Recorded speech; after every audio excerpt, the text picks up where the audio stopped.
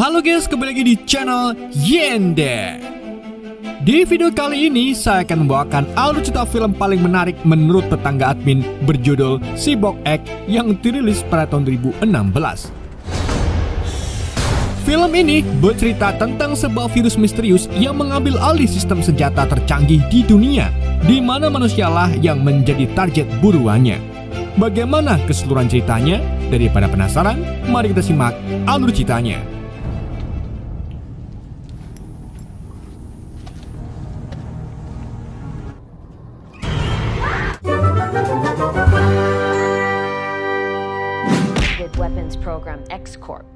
Film dibuka dengan sebuah berita televisi yang menampilkan wawancara bersama Presiden Amerika. Diketahui bahwa pemerintah bekerjasama dengan perusahaan X-Corp untuk membuat Homeland Security, yang tujuan awalnya adalah untuk pertahanan negara dan melindungi masyarakat. Namun seiring berjalannya waktu, perusahaan X-Corp kehilangan kendali atas sistem teknologi operasinya yang mulai terkena virus, di mana teknologi itu justru menyerang balik. Meskipun begitu, pemerintah berjanji akan segera menyelesaikan masalah ini.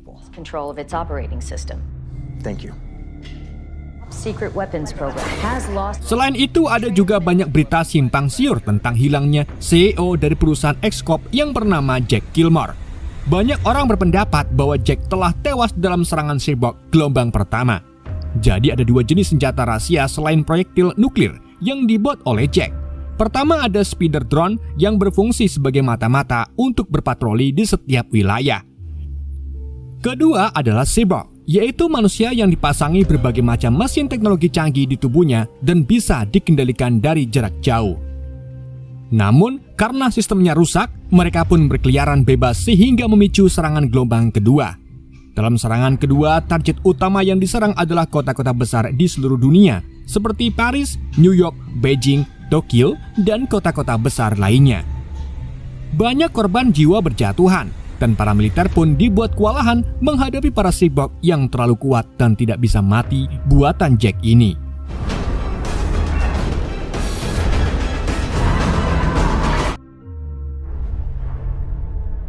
Setelah serangan itu, para manusia yang tersisa kini hidup di bawah tanah. Tapi mereka sesekali harus keluar demi bertahan hidup meski harus berpindah-pindah tempat menghindari para cyborg. Selain itu, kondisi bumi juga menjadi gersang, sehingga tidak semua manusia dapat bertahan hidup dengan kondisi ini. Kita kemudian diperlihatkan salah satu penyintas misterius yang terus berkeliaran mencari makan dan persediaan. Setelah beberapa jam berkeliling, tiba-tiba radar di mobilnya mendeteksi adanya sebuah objek asing yang tak jauh dari posisinya.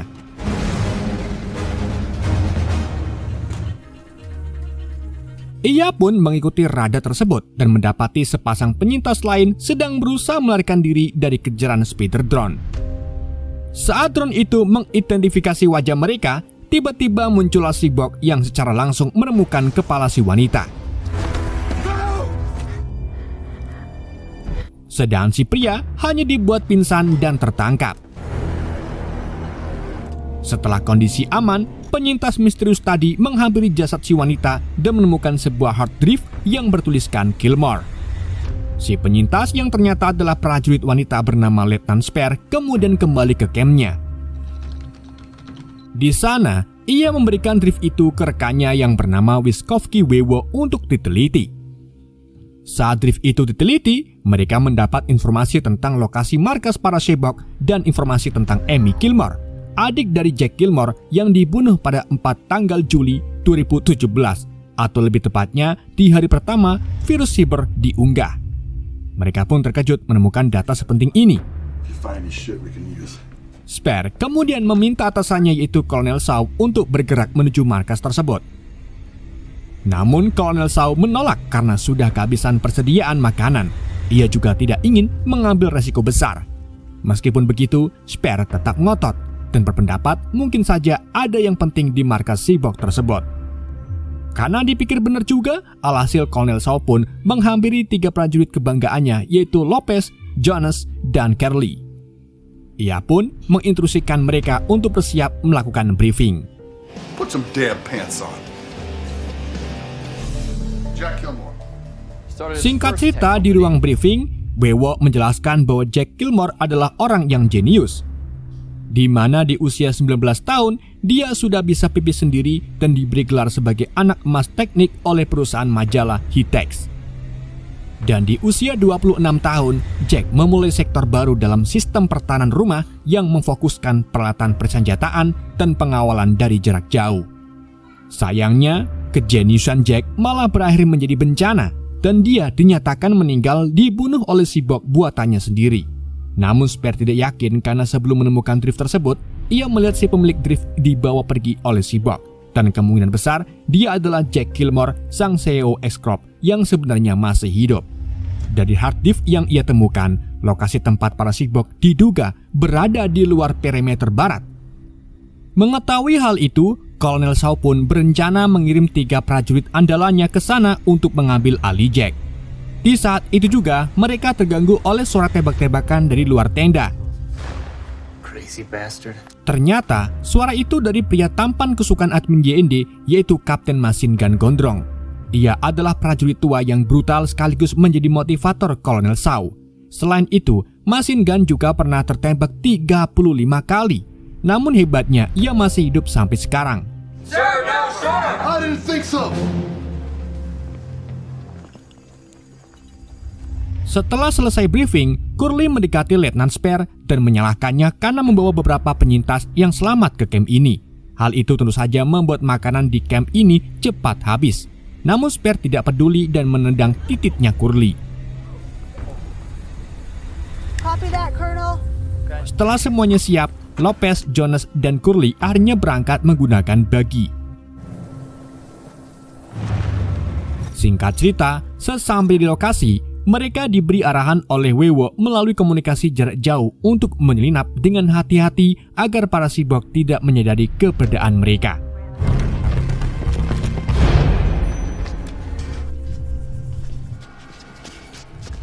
Setelah masuk, mereka kemudian tiba di sebuah ruangan yang terdapat beberapa senjata dan bola menyala untuk menciptakan cyborg.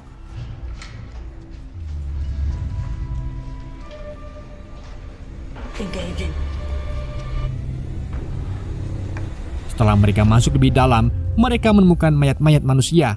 Dan ketika Curly memeriksa salah satu mayat pria, tiba-tiba pria itu terbangun dan menyanderanya. Untungnya, setelah Lopez menjelaskan tujuannya mencari seorang pria bernama Jack, pria itu pun melepaskan Curly dan ternyata pria tersebut adalah Jack Gilmore. Mengetahui hal itu, Curly pun langsung mengancam Jack sebagai penyebab bencana ini. Namun Jonas mengancam akan menembak Curly jika Curly membuat tindakan bodoh. Merasa tidak dibela, Curly pun memutuskan untuk meninggalkan rekan-rekannya. Namun tak lama kemudian terdengar suara tembakan cyborg yang menandakan Curly tewas di tangan mereka. Setelah itu, Jonas dan Lopez berhasil melepaskan ikatan Jack dan bergegas pergi. Tapi salah satu cyborg menghadang mereka dan membelah kelapa Jonas hingga tewas. Lopez pun menembaki cyborg itu dibantu oleh Jack. Meskipun ditembaki ratusan kali, cyborg itu tidak mati-mati. Alhasil Lopez dan Jack pun segera pergi meninggalkan gedung.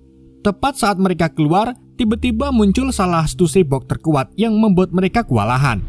Untungnya, keduanya berhasil kabur meski Lopez harus mendapat luka tembak di bagian perut dan kakinya akibat tembakan dari cyborg.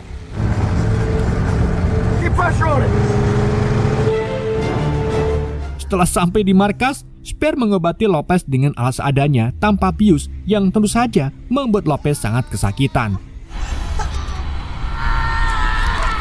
Di malam harinya, Kapten Machine Gun yang sedang berjaga dihampiri anak Lopez yang bernama Kit dengan membawa senapan AWM. Ia sangat ingin berperang seperti ibunya. Akhirnya, Kapten Machine Gun pun memberikan AK-47 dan Kit dilatih menembak untuk persiapan jika suatu saat nanti Kit akan menghadapi cyborg. Sementara itu di dalam tenda, Jack menceritakan awal mula semuanya terjadi. Jadi sebulan sebelum para cyborg memberontak, Jack kedatangan Presiden Amerika yang memintanya bekerja sama dengan Dali membuat senjata pertahanan negara dari ancaman asing. Presiden berencana membuat sebuah rekayasa kecerdasan buatan yang berbentuk virus cyber. Jack dan Presiden pun berhasil membuatnya, tepatnya pada tanggal 4 Juli di jam 1 siang. Namun saat Jack mengupload folder berisi virus tersebut ke sistem X-Corp, Jack malah kehilangan kendali atas semua Giri lanjut. Namun saat Jack mengupload folder berisi virus tersebut ke sistem X-Corp, Jack malah kehilangan kendali atas semua sistem operasinya, termasuk password, platform, lokasi, dan akun Mobile Legends-nya. Sehingga semua cyborg dan teknologi yang ia buat lepas kendali dan mulai memberontak. Jack lalu mengungkapkan bahwa perlawanan sekeras apapun tidak akan bisa menghentikan para cyborg kecuali jika mereka dinonaktifkan. Berdasarkan presentasi dari Jack, bahwa benar mereka tidak bisa membunuh atau melakukan perang terbuka dengan para cyborg karena mereka sangatlah kuat. Tapi satu-satunya cara untuk membuat para cyborg non-aktif adalah membunuh si pengendali atau dengan menonaktifkan sistem yang berisi virus cyborg tersebut. Untuk mengetahui lokasi si pengendali, mereka harus membawa drift yang terdapat di dalam speeder drone. Dan satu-satunya cara adalah berburu speeder drone. Someone knows what they're doing. Otherwise, we're dead.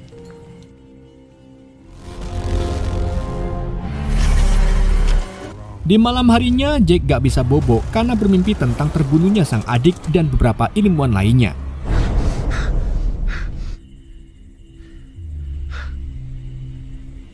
Jack kemudian menghampiri Spare yang sedang mencari data tentang cyborg. Jack menjelaskan bahwa ada dua tipe dari cyborg. Yang pertama adalah tipe cyborg TDR-3000, yaitu tawanan perang yang dikendalikan. Sedangkan yang kedua adalah tipe Cerebrum C1. Selain bisa dikendalikan, tipe Cerebrum C1 ini memiliki kemampuan membaca keadaan dan bisa bertindak sendiri sesuai naluri bertarungnya. Keep soldiers like you off the battlefield. What? You just don't get it. Di keesokan harinya, mereka pun bersiap untuk menangkap speeder drone. Spare lalu datang membawa bazooka. Dan dengan memutar sebuah musik, mereka pun memancing speeder drone untuk datang.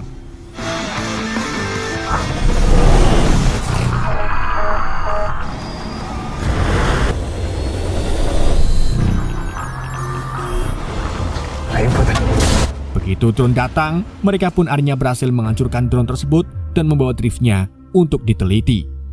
Setelah dibuka oleh Wewo, di dalam drift itu ternyata ada 750 triliun file yang harus Wewo periksa. And, Very unlikely. You'll find it. Sementara itu di luar, Kolonel Shaw dan Letnan Spare sedang menyiapkan bahan peledak. Namun saat melihat gadis kecil bermain di pangkalan, fokus Spare terganggu. I said, do you copy? Want everybody on the same page? Setelah itu, Shaw pun kembali mengajak tim menyusun rencana dan mereka akhirnya sepakat untuk fokus mencari data dari speeder drone terlebih dahulu. He's right. Not on the exterior.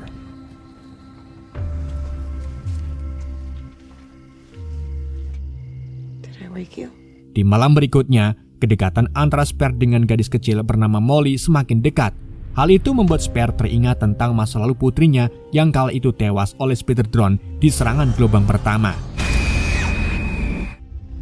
Sementara itu, dengan semua kerumitan, Jack dan Wewo berhasil membypass kombinasi kode dengan skrip program yang dimilikinya. Meskipun butuh waktu yang cukup lama untuk memeriksa Trujus 500 triliun file, Jack dan Wewo akhirnya berhasil menemukan titik koordinat fasilitas utama X-Corp, atau lebih tepatnya Ground Zero. Namun, di saat itu juga, tiba-tiba drift tersebut mengkonfirmasi sebuah koordinat baru yang tidak mereka sadari bahwa drift tersebut memiliki pelacak. Dan koordinat yang dimaksud ternyata adalah lokasi mereka sendiri. Mengetahui hal itu, Kolonel Shaw pun meminta semua tim untuk bersiap. Dan dari situlah terjadilah pertempuran antara tim kolonel melawan dua cyborg.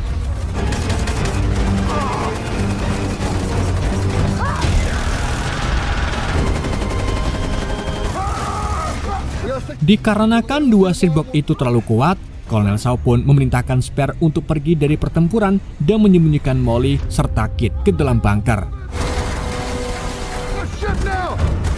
Tapi sayangnya, dalam pertempuran itu, Kolonel Shaw tewas mengenaskan. Begitu pula dengan Lopez saat mencoba menyelamatkan Kit. Setelah Molly dan Kit aman di dalam bunker, Kapten Machine Gun nekat mengorbankan dirinya agar Spare, Jack, dan Wewo bisa melarikan diri.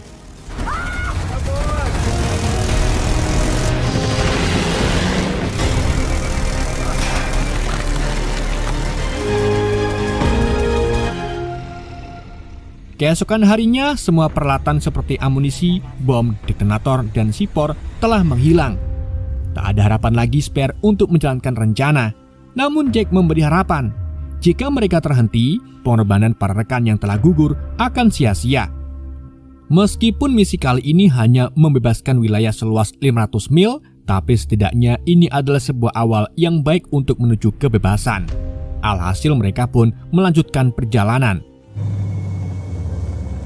Setelah sampai di lokasi sesuai titik koordinat dari radar, akhirnya Jack menemukan sebuah jalan tersembunyi masuk ke fasilitas tersebut. Setelah masuk, mereka lalu menyusuri setiap ruangan di sana.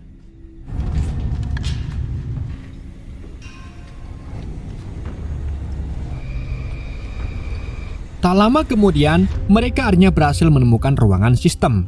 Wewo pun langsung meretas komputer tersebut untuk dinonaktifkan. Akan tetapi, proses itu membutuhkan sedikit waktu. Saat menunggu proses selesai, mereka mendengar kedatangan para Cyborg. Spare dan Jack pun akhirnya keluar untuk menghadapi mereka. Sementara itu di bunker, Kit dan Molly sedang melihat layar CCTV yang menampilkan para Cyborg yang ternyata masih berkeliaran di sana. Bersamaan dengan itu, ternyata Kolonel Shaw masih hidup dengan kondisi tubuh yang tinggal separuh. Meski dalam kondisi mengenaskan, sang kolonel sempat-sempatnya mengambil cerutu dan melakukan serangan terakhir. Sayangnya, adegan itu disaksikan oleh Kit dan Molly, di mana Molly dengan tololnya malah berteriak, sehingga para Cyborg di luar pun mengetahui keberadaan keduanya di dalam bunker. Kita kembali ke Jack dan Spare. Mereka mendapat kabar dari Wewo bahwa prosesnya hampir selesai. Akan tetapi, beberapa saat kemudian terjadi kegagalan karena adanya firewall.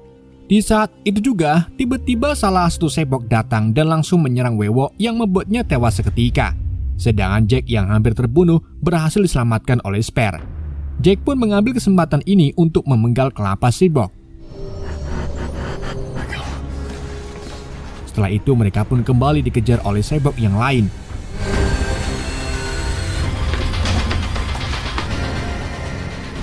Mereka berlari hingga tanpa sengaja masuk ke penjara tempat para tawanan yang akan dijadikan sebagai Cyborg. Salah satu Cyborg kemudian mencoba menjebol pintu dengan gergaji. Untung saja sebelum Cyborg tersebut menyerang, keduanya berhasil kabur dengan masuk ke lubang ventilasi.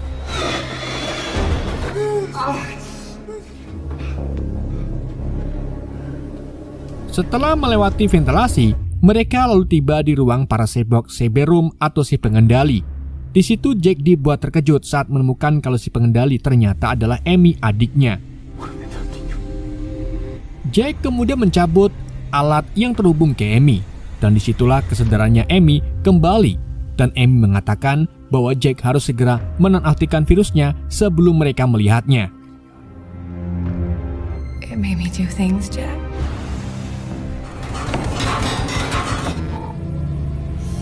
Di sisi lain, para Cyborg telah masuk ke dalam bunker dan membuat Molly ketakutan. Dari situlah Kit ingat perkataan machine gun dan memberanikan diri untuk membunuh salah satu Cyborg dengan menembaki kepalanya. Namun sayangnya, salah satu Cyborg berhasil menembakkan senjatanya ke arah Kit yang tentu saja membuat Kit tewas di tempat.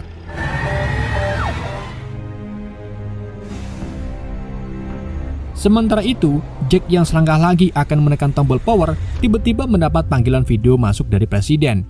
Dalam percakapan itu, terungkaplah bahwa pemerintah membuat sebuah manipulasi agar masyarakat percaya bahwa mereka menciptakan cyber untuk melindungi negara.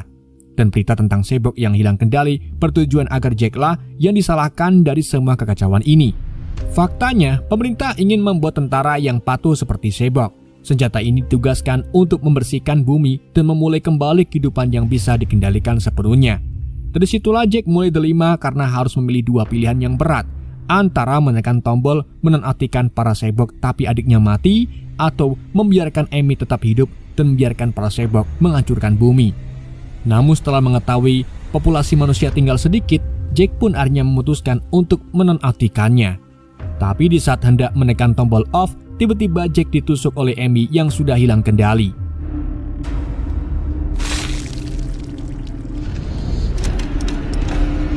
Setelah itu, Amy melanjutkan dengan menyerang Spare secara brutal. Ketika Spare tidak bisa apa-apa, sebuah ingatan tentang Molly dan putrinya pun muncul. Hal ini pun membuat Spare bangkit dan akhirnya berhasil mengalahkan Amy.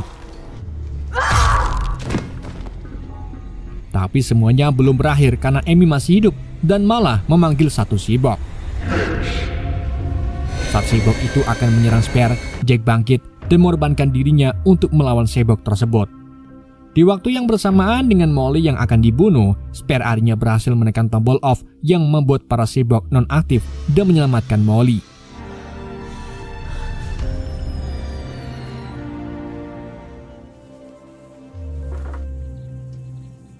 Di hari berikutnya, Spare kemudian menemui Molly. Keduanya lalu memutuskan untuk mencari tempat yang lebih baik, dan mungkin saja mereka bisa bertemu dengan para penyintas lain serta membebaskan bumi sepenuhnya dari kekacauan ini. Film pun berakhir. Oke guys, itulah alur cerita film Cyborg X. Semoga kalian terhibur dengan alur cerita yang saya bawakan. Mohon maaf jika ada kesalahan dalam penyampaiannya ataupun penyebutan nama. Sekian dari YND, sampai jumpa di video berikutnya.